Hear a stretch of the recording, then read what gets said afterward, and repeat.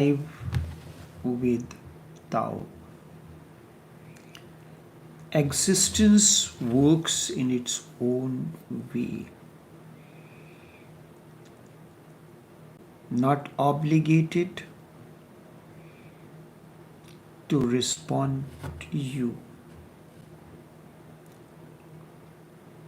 Existence or nature works in its own way. It is not obligated to respond to you the way you want. You are time conscious, but existence is not. For existence, millions of years and lives will be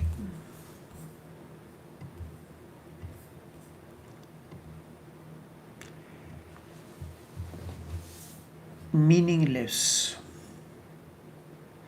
but you are time conscious. You cannot ask why. You can ask why only if you are doing something. If nature is doing something, you cannot ask why. It is up to the nature or existence to respond to you or not. But it does respond in its own unique way. It creates opportunities and situations for you to grow in awareness.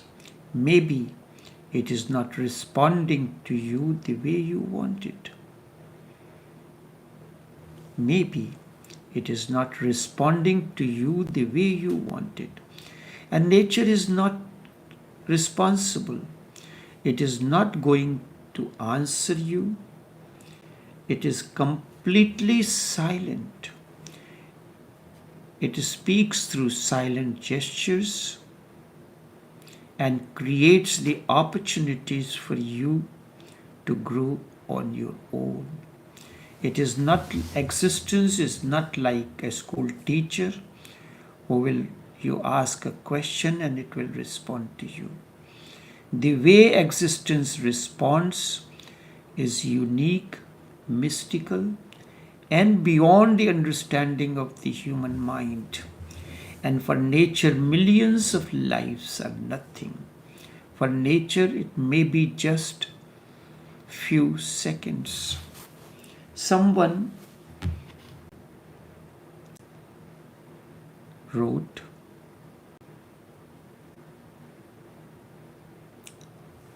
that I do not respond to the comments of the people. Is my word is important or the way, as I said, existence works in its own unique way. You are time conscious, but it is not.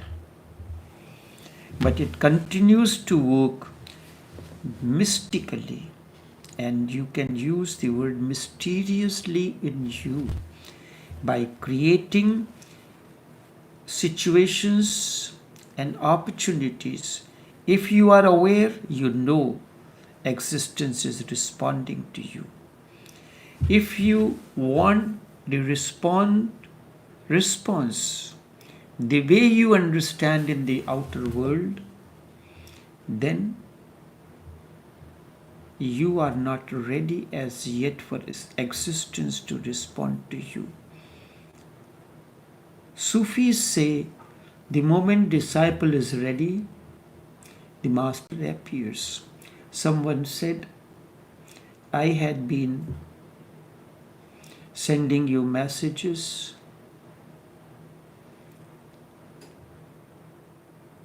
but I was not getting any response from you. But you wanted the response the way you know it's supposed to be. If you write a letter to someone, he must respond to you in the same black and white in the form of a letter. But you do not know any other way of response other than you know. When you are coming to the communion of a master or awakened one, you have to know his ways and means. To you, millions of lives and years is a long history that 3 years, 2 years passed. I first wrote to you in this year, but you did not respond, or something like that. For nature, it is nothing. Nature is not worried, and nature is not interested in you particularly.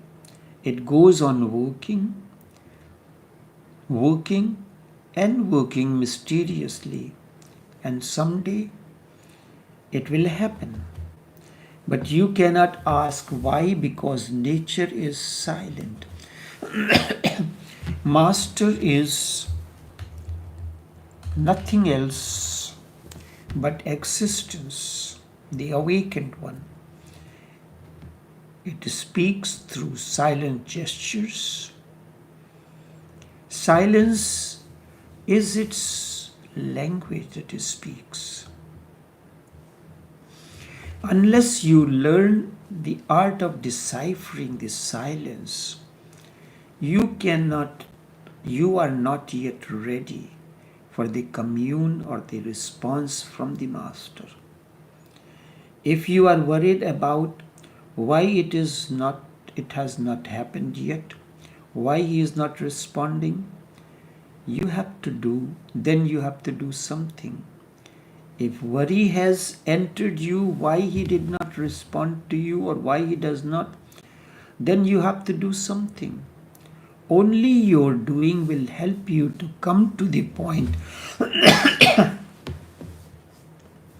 where enlightenment can happen. Nature's way are very patient and slow.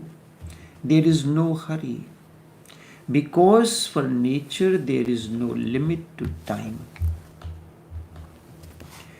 It is eternal. That is the word used for timeless existence, eternal.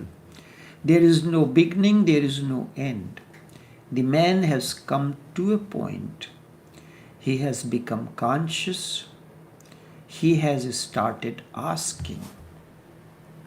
A tree never asks, not even Bodhi tree under which Gautam, Siddhartha attained to awakening, or awakening dawned on him. Under Bodhi tree, Gautam Buddha, Siddhartha became Gautam the Buddha. The tree will never ask. The tree never asked, under me, Siddhartha became enlightened. Why I did not become enlightened? The tree did not ask. Under that tree, sitting, Siddhartha became Gautam the Buddha. But the tree did not become enlightened. Tree did not ask, because I have also been existing for as many millions of years as you have existed, Gautam. Why? You have passed through many lives, and you mentioned of your previous life when you met a master, and when you came to his company, you bowed down to him, and in return he also got up from where he was sitting and bowed down to you, and you were surprised. And you asked, you could not understand why this awakened one bowed down to you.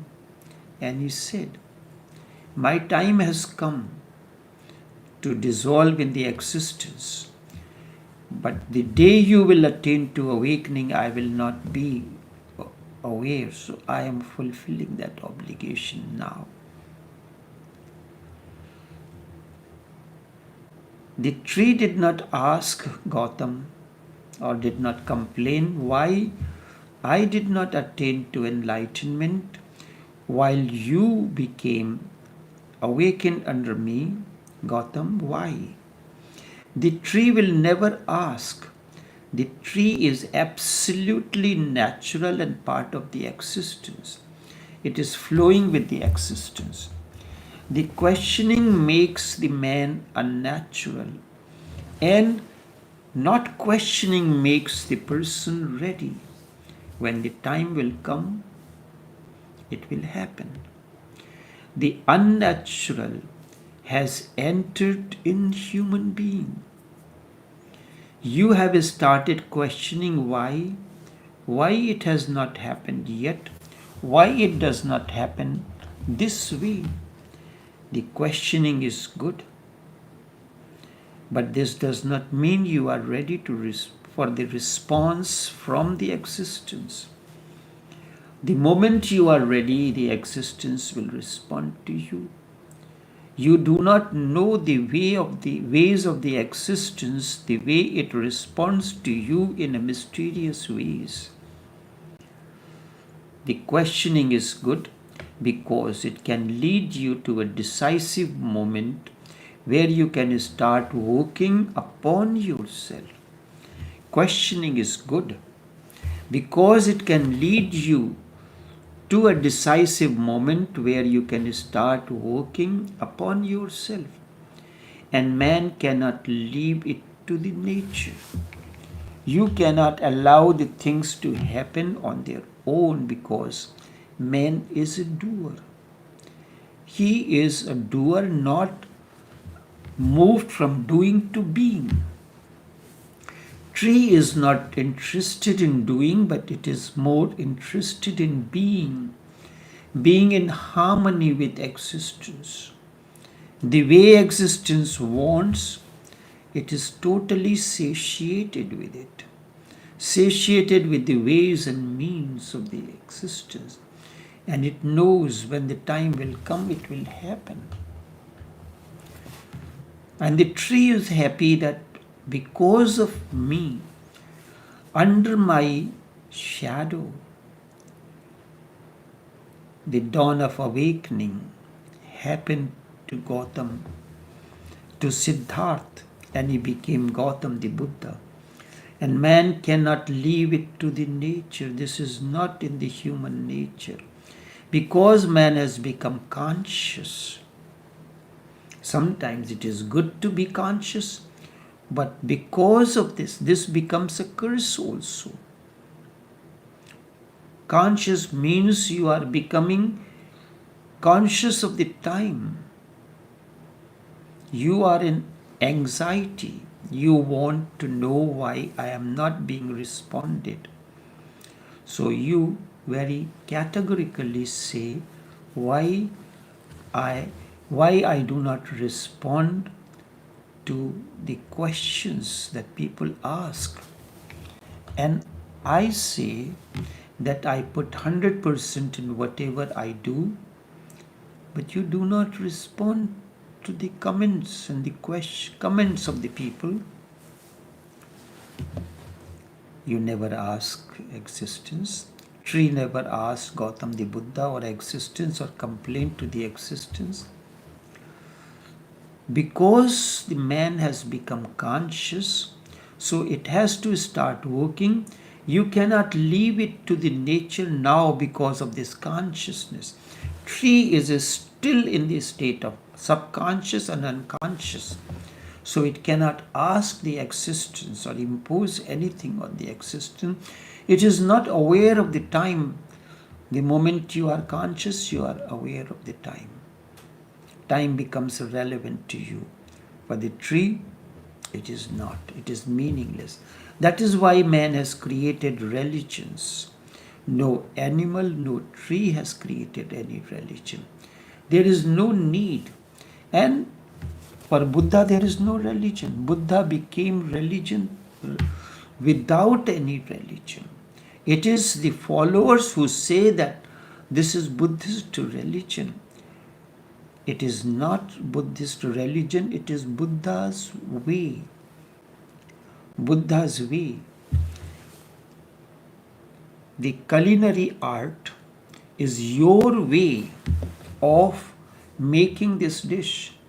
It is not religion, or it is not that everybody will make biryani the same way. You have your own way of making biryani. Someone else will have his own way of making the biryani. And then you say, my biryani tastes better than the biryani of the other. Is it relevant that your biryani should be better than my biryani? Or your religion be better than my religion? Your biryani is your biryani, you enjoy it. Share it with those who want it, who come to your place as your guest. I will enjoy my one. But this is not the case with the existence. This is not the case with the tree that is unconscious. You are conscious, so you are conscious of your biryani. Your neighbor is conscious of his biryani. This chef gives his own way of biryani and claims that his biryani is the best. And the wise chef considers his biryani to be the best, because both are conscious. Does it matter whose biryani tastes better than that? Whichever one is available to you, you eat. You go to this restaurant, and if you don't like the biryani of this restaurant, nobody forces you to go there. It is your decision to go there. You can move to the other restaurant and start enjoying it yourself, or start making your own biryani. So Buddha made his own biryani, and that is called as Buddha's biryani, Buddha's way. It is not a religion. Buddha used the different ingredients his way. Mahabir used his way. Jesus made his biryani his way. But Christians say Jesus' biryani is the best biryani, or Buddha's biryani is the best biryani. Can you go on arguing on this? In the world you can do, but when it comes to the other world, you cannot say Mahabir's biryani is better than Buddha's biryani, or Muhammad's biryani is better than Jesus' biryani, or Laozi's biryani is better. But you can say Jesus never knew about biryani, Buddha never made biryani. But this is the way to explain to you. The questioning is good because it can lead you to a decisive moment when you can start working upon yourself. You question the biryani of this, so it has come as a decisive moment, and you started, and you realize that this biryani is too expensive beyond your means, but you like the biryani. The last biryani that you ate that was complimentary to you, someone carried you to the restaurant and he paid the bill. Now you want to eat that, so you will start making your own biryani. So Buddha started making his way of biryani. Mahabir made his own way of biryani.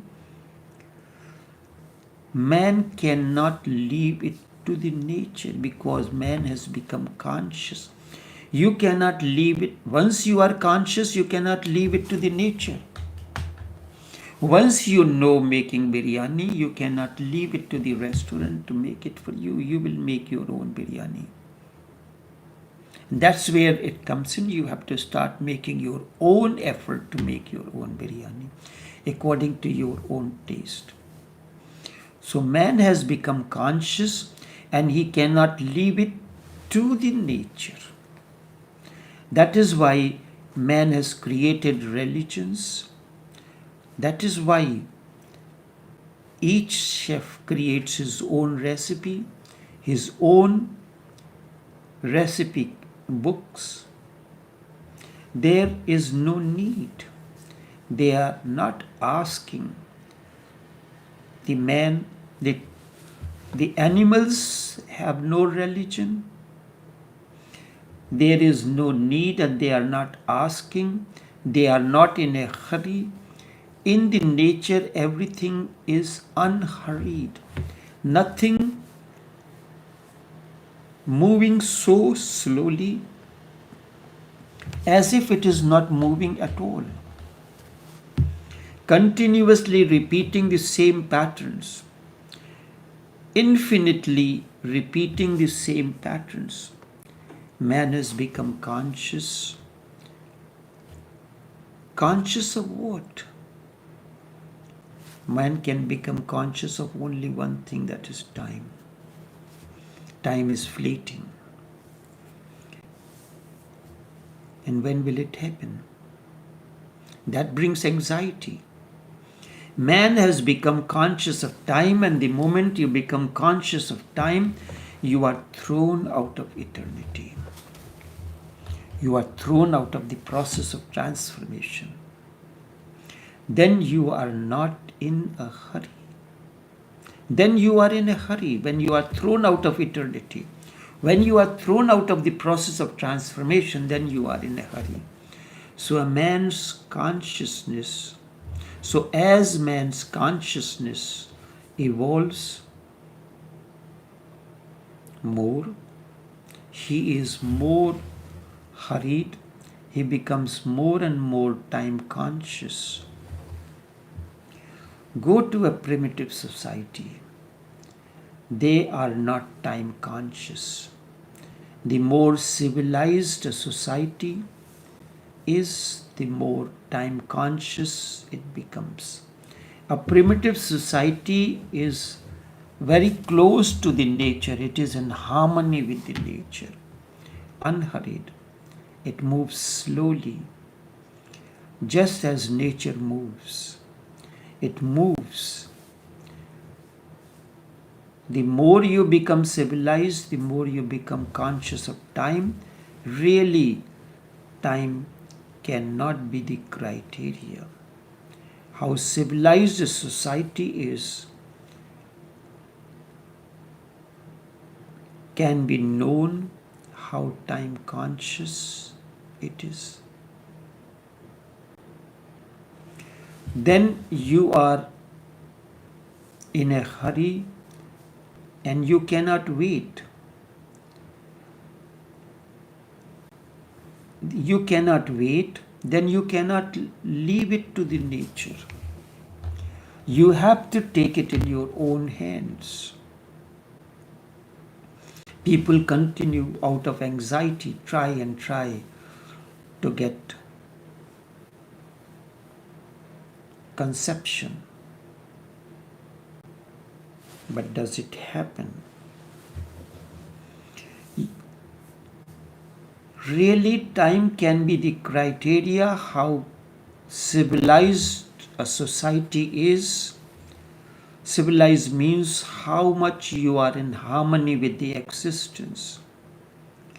If you are conscious of time, then you have cut off from the existence. Then you are in a hurry, and then you cannot wait. You cannot leave things in the hands of nature. It is said, I cannot sit down and wait for the existence things to improve. I have to do something to make the things happen the way I want it. That is what everybody does it. Things are difficult. I have to do something to make the things happen my way. But it takes millions of years for existence,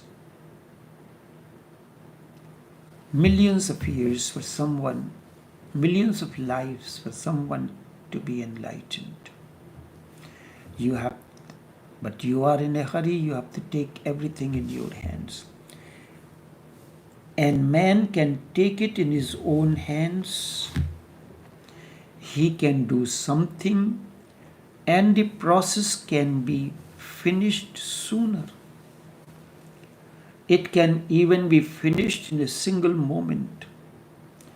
All the millions of years, all that millions of years have not done, have not been able to do what you can do in a single moment. In that single moment, you can become so intense that millions of years and millions of lives are traveled simultaneously. That is possible. Because it is possible, you are worried. Your worry is a symptom that something which is possible, you are not making it happen or making it actual. That is the worry. That is the human dilemma.